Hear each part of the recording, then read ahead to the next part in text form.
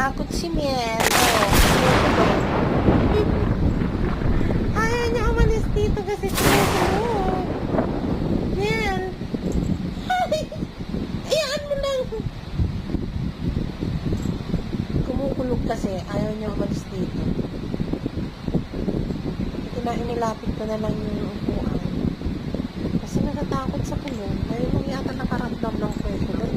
Paano kaya kung nag-iisa siya dito? Tapos kumukulog ng tanghali. Kasi may malimit kumukulog talaga. Bibi, wag!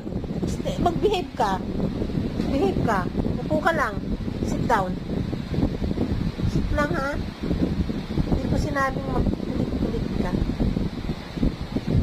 Behave lang, behave lang. Behave lang, Bibi. Natapos din makulog. Paano na lang, Bibi, kung nag-iisa ka pala dito na kumukulog? Kawawa pala ito.